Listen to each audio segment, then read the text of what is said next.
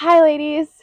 So, something has been really just pulling on my heartstrings recently, and I've had probably 4 different conversations with women this morning alone about this particular topic. And what that tells me is that it's a good idea to actually discuss it in a little bit more depth. And that is a mental health toolbox. And what I want to do is explain to you what it is, how to use it, and in terms of our emotions and alchemizing them and transmuting them into something different, I want us to understand what it actually means. So before I get started, I want to say how grateful I am that you're here, how grateful I am that you're watching this video. And if you're seeing this video or if you're seeing anything about this for the first time, I just want to say welcome. So, what is a mental health toolbox? Well, a mental health toolbox is the toolbox that you hold on to that you have in your go bag, your just in case moment. It's whenever you feel super overwhelmed. It could go anywhere from hardcore anxiety to hardcore depression, all the way to just feeling unstable in a moment.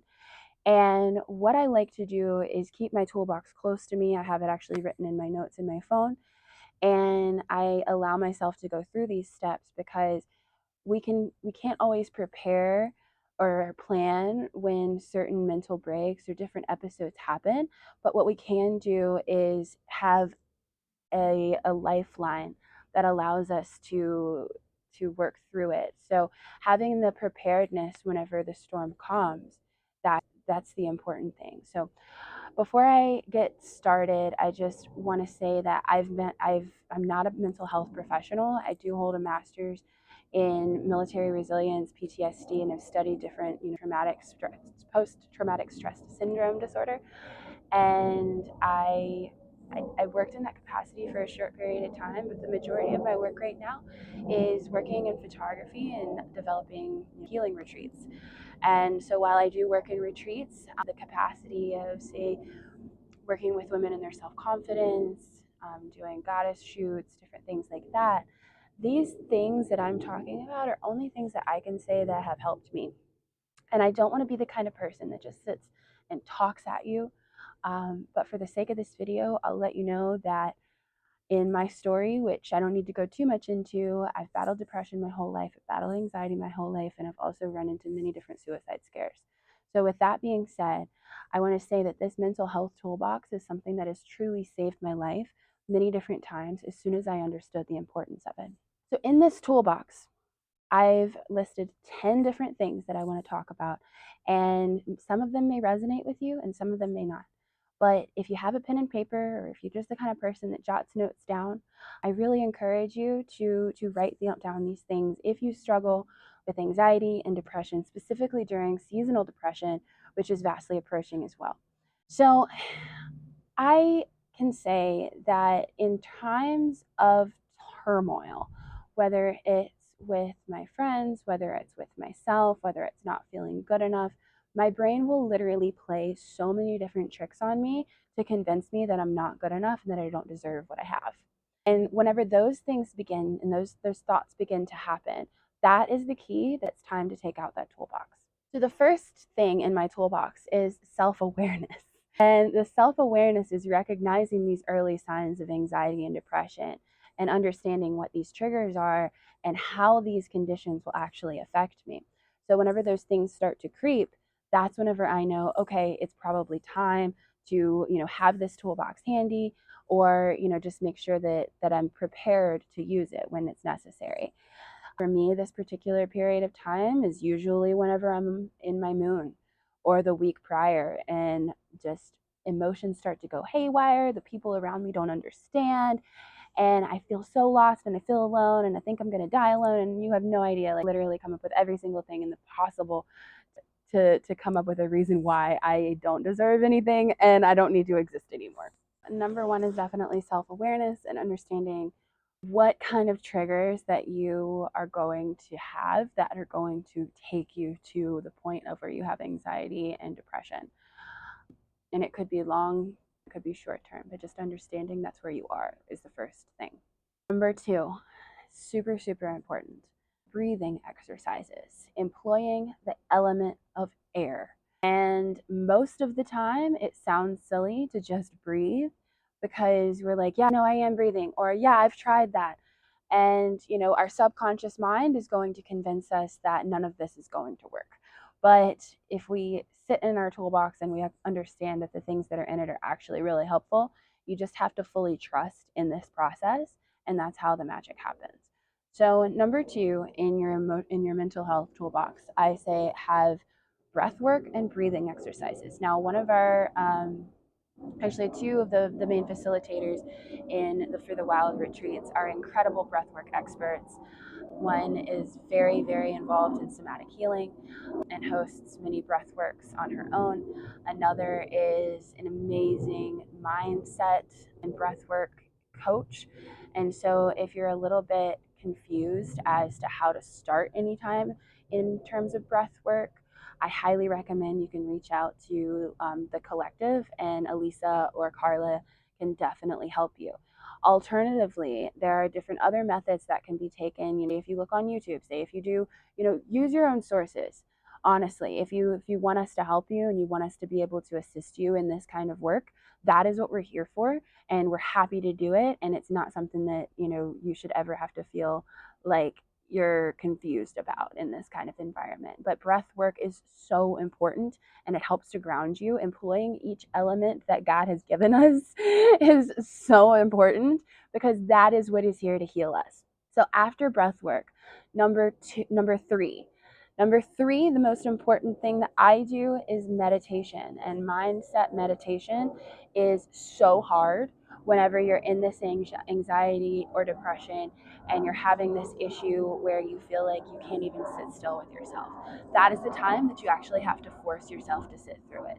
Remember that nothing hard or nothing great and nothing incredible in your life ever got there without hard work. And just know that whenever you have these situations going on, you put yourself in a position and it is going to be difficult. But the good news is that if you can sit through even a guided meditation, that's going to bring your levels down again, or your levels to be even again, and you're going to be able to get back in your body.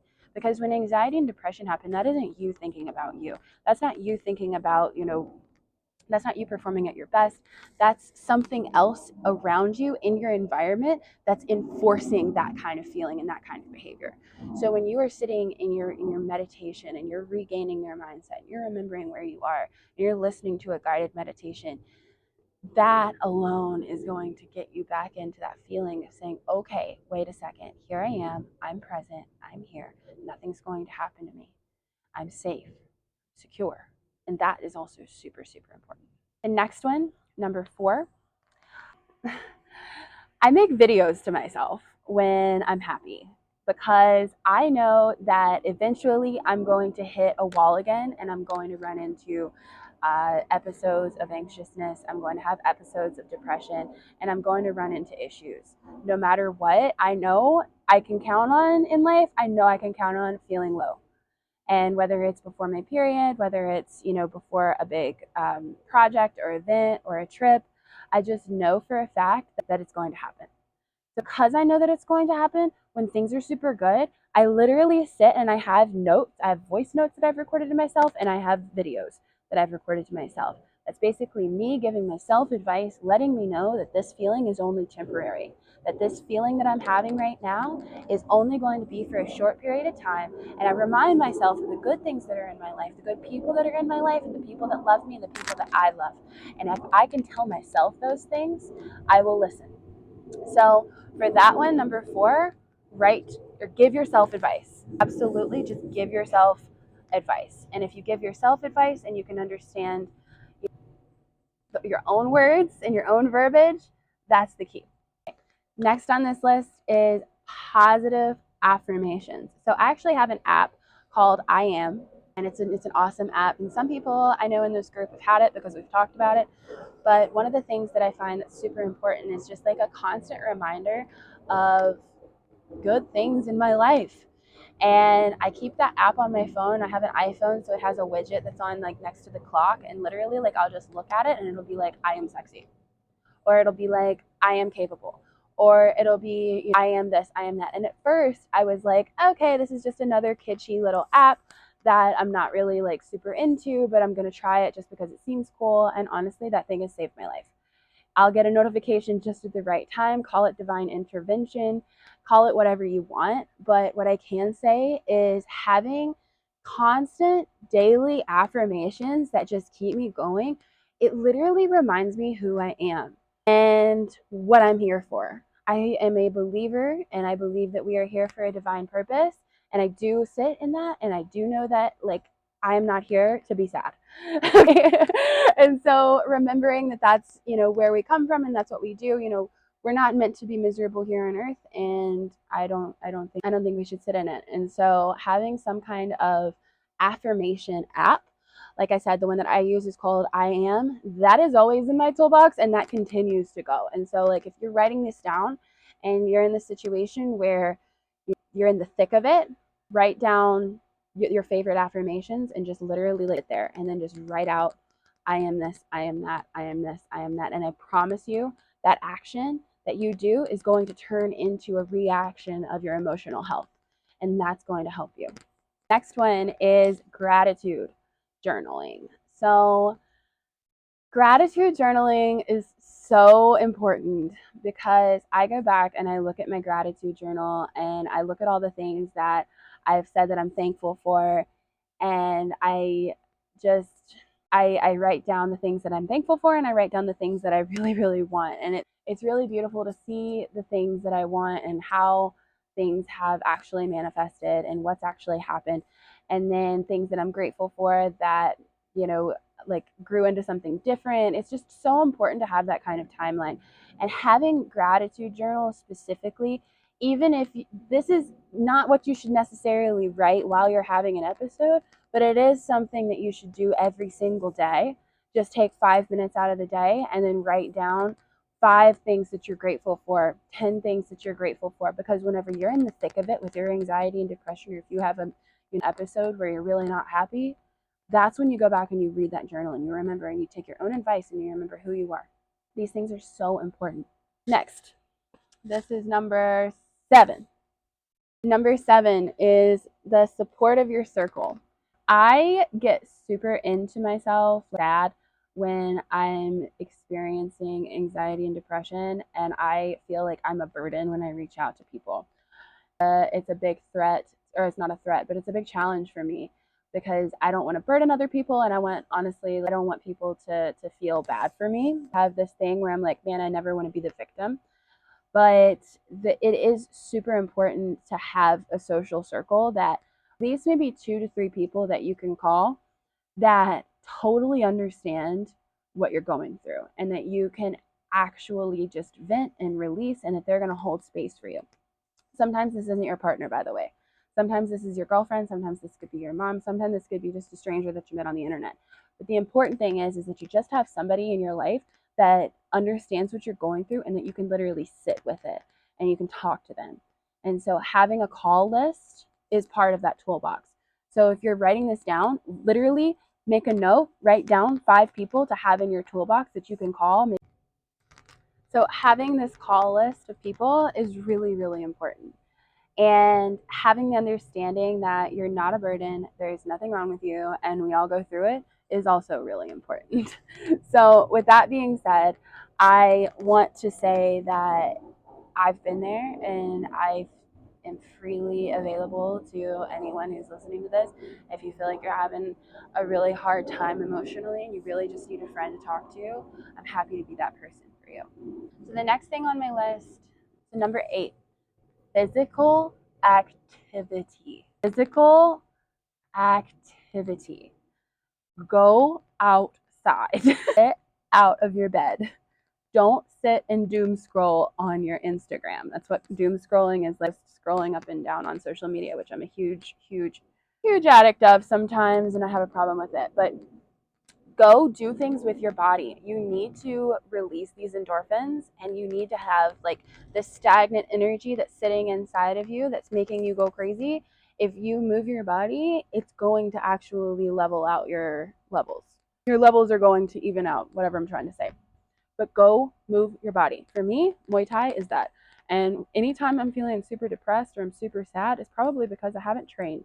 And even if I did train in the morning and I'm super depressed in the middle of the day, I'll train again. And it's just those kinds of things that's so important, because it's like you can get your mind off of being sad and off of being fixated on that, and get your mind on the ability to use your body, because that is what's important. Is that A, be thankful that you have one, and B, getting that blood flowing is so, so important. And that's going to help you get out of this rut. And if you can just go outside and walk around the block, that's something that's going to help you. The simplest things sometimes can be the best cures. Number 9, routine and structure. So, in this mental health toolkit that I'm talking about, this is something that you are going to have on hand for whenever you have an episode, but it's also something that you have to work through every single day, doing certain things that actually help to make the dance with mental health just a little bit smoother. That is how we can prevent falling into the super, super deep crevices that depression likes to push us down into. And one of those ways is putting yourself in a situation where you are actually going to be able to just do the simplest things every single day. So, what does that mean? That means make your bed every day. That's one thing. Or make your bed, brush your teeth, have a healthy breakfast, have a coffee, have a tea, do something that's like just rituals that help you to get through your day. One of the things that's the biggest important thing for me is I always listen to frequencies, and I'm going to drop off, if anybody's interested, on my Spotify playlist for my morning frequencies. It's literally part of my routine. And when I listen to frequencies, it's like angel numbers at certain hertz. So I like to listen to 444 or anything over 400 hertz. That clears negative energy, and it actually changes the molecular makeup of your body, and it's scientifically proven. So it's something that actually helps you, and it helps your environment. So if you feel the energy that's really, really heavy in your house, turn on one of these playlists. If that is the first and only thing that you're able to do, sometimes like you're like, yo, I'm super depressed and I'm super sad, listen to frequencies, listen to frequencies, listen to frequencies, because that is the key. So keeping in mind a routine and putting frequencies into your routine, that is something that's in your toolbox. All right. And then finally, number 10, I am not a mental health professional. I am a good friend and somebody who has had many, many struggles with mental health my whole entire life. I am not a mental health professional. If you feel like you are really, really struggling, you should reach out to professional help. That I usually like to tend, I have a therapist of my own, but I say, go the holistic route as much as you can, and stick with it. But, do whatever's most important, like, or do what your doctor is telling you to do. If you're trusted, if they're holistic, whatever, seek a mental health professional, because that's also really, really important. But anyway, I hope that this helps you. I hope that these kinds of things will assist you in the future if you feel like you're struggling. For me, I know that in my mental health toolkit, having advice for myself, having my playlists with my frequencies and my healing that way, having my daily affirmations, having my daily routine, having the people that I'm going to reach out to whenever things get really, really rough, and movement and exercise. All of these things are seemingly simple, but it's important to have a reminder in those really, really dark storms that you will come out on the other end of it, and that you're prepared and you're not alone. So I hope this video helped you, and I'm here for any questions. I'm really happy to have the For the Wild Collective and to put things into action so that we can be here to support one another on each of our journeys. So thank you so much. I hope you all have a great rest of your day, and we'll see you next time.